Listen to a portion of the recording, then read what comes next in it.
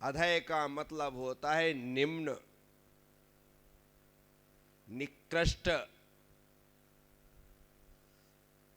अपने हाथों से नहीं करने योग्य, अपने द्वारा नहीं कराने योग्य, करने कराने वाले की अनुमोदना ना करने योग्य जो कार्य है उसका नाम है अधय कर्म। आहार एक ऐसी प्रक्रिया है जिसके बिना किसी का भी जीवन नहीं चल सकता। अतः साधुओं को भी आहार के लिए परतंत्र होना पड़ता है, क्योंकि हमारा संपूर्ण जीवन स्वाश्रित है, लेकिन आहार हमारा पराश्रित है। वजह है अधय कर्म। हमें स्वयं भोजन बनाने की आज्ञा नहीं है, क्योंकि भोजन बनाना मतलब आरंभ जनित संपूर्ण पाप का हिस्सा बनना है। क्योंकि भोजन बनाने के लिए पानी भरना पड़ेगा, आग जलानी पड़ेगी, सब्जियां, आटा, दाल आदि इन्हें सुधारना, संवारना, माड़ना सब पड़ेगा। ये जो प्रक्रियाएं होंगी वह जीव हिंसा का कारक बनेगी, क्योंकि जहां आरंभ है वहां पर नियम से हिंसा है और वह हिंसा त्याज्य है। इसीलिए यहां पर आचार्य कहते हैं आहार बनाना नहीं। चलो मैं आहार बनाने का त्याग करता हूं, तो अच्छा हुआ कि एक काम से, एक धंधे से बचे, अन्यथा सुबह से अपने लिए 4 रोटी थोपनी पड़ती। तो बड़े खुश होकर के नियम ले लिया कि हाँ मैं भोजन बना करके नहीं खाऊंगा, बना बनाया मुझे मिलेगा तो ग्रहण करूंगा, नियम हो गया।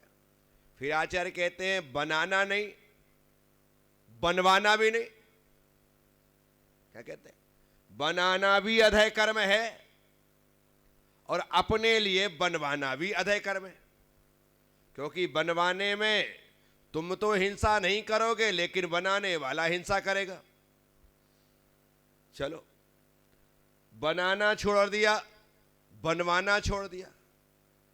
बोले बनाना बनवाना तो छोड़ दिया है, लेकिन बनाने वाले की प्रशंसा भी मत करना, अनुमोदना मत करना कि बहुत अच्छा बनाया है, आज तो मजा आ गया, तबीयत गार्डन गार्डन हो गई। ऐसा ही रोज ध्यान रखना। लो, तो एक कृतकारित अनुमोदना जनित भोजन का, आहार का बनाना, बनवाना और अनुमोदना करना, ये तीनों को आचार्य ने अधय कर्म कह दिया। फिर कहते बात वैयावृत्ति की है। वैयावृत्ति में यदि कोई छपक समाधि की साधना में लगाए और उसके लिए भगवती आराधना जी में 48 साधुओं की व्यवस्था है।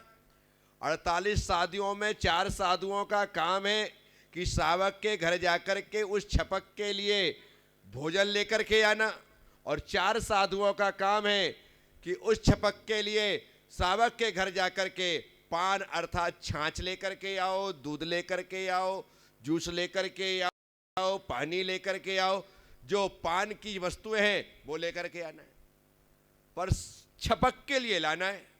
छपक के लिए लाओगे, बनवा करके लाओगे, बोल करके लाओगे तो भी वैयावृत्ति कहलाएगी, वो आपके लिए अधय कर्म दोष नहीं होगा। लेकिन खुद के लिए ले आए और खुद के लिए बनवा लिया तो कहते हैं अधय कर्म दोष हो जाए। तो यहां अधय कर्म दोष को 46 दोषों से अलग रखने का एकमात्र कारण यही है कि यदि अन्य मिथ्या दृष्टि पाखंडी साधुओं को देख करके, जैसे वे मठ में हैं, आश्रम में हैं, स्वयं ही हैं, उनकी पत्नी आदि है, संतान आदि है, सारा संसार उनका है, और साधु वो भी कहलाते हैं। तो उनको देख करके लगा कि जब ये भी साधु हैं और मैं भी साधु हूँ और ये बना सकते हैं तो मैं भी बना सकता हूँ, मुझे बनाना चाहिए। तो उनकी देखा देखी आप दिगंबर मुद्रा के साथ, पिछी कमंडल के साथ ऐसी गलती मत करना, अन्यथा ये आपके लिए अधय से अधय कर्म है, जो अधो अधा दुर्गति का ही कारण है, ये मान के चलना। तो इसकी मनाही है। श्रावक अपने मन से अपनी इच्छानुसार चौका लगाता है, पड़गाहन करता है, आहार देता है। साधु का उसमें किसी प्रकार से कृतकारित अनुमोदना नहीं है, तो वह आहार उसके लिए निर्दोष है।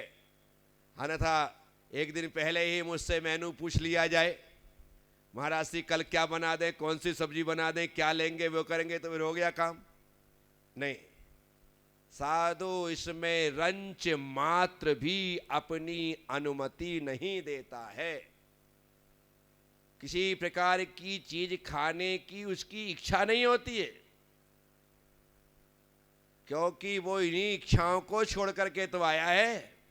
और यदि उन्हीं इच्छाओं को कर करके तुम्हारी तरह करने लगा तो फिर हो गया। जैसे तुम बोलते हो कि आज मेरी ये खाने की इच्छा, मम्मी ये बना दो ना, मम्मी लग गई, ये बना दो ना, मम्मी लग गई, ऐसा होने लगे तो मुसीबत हो जाए।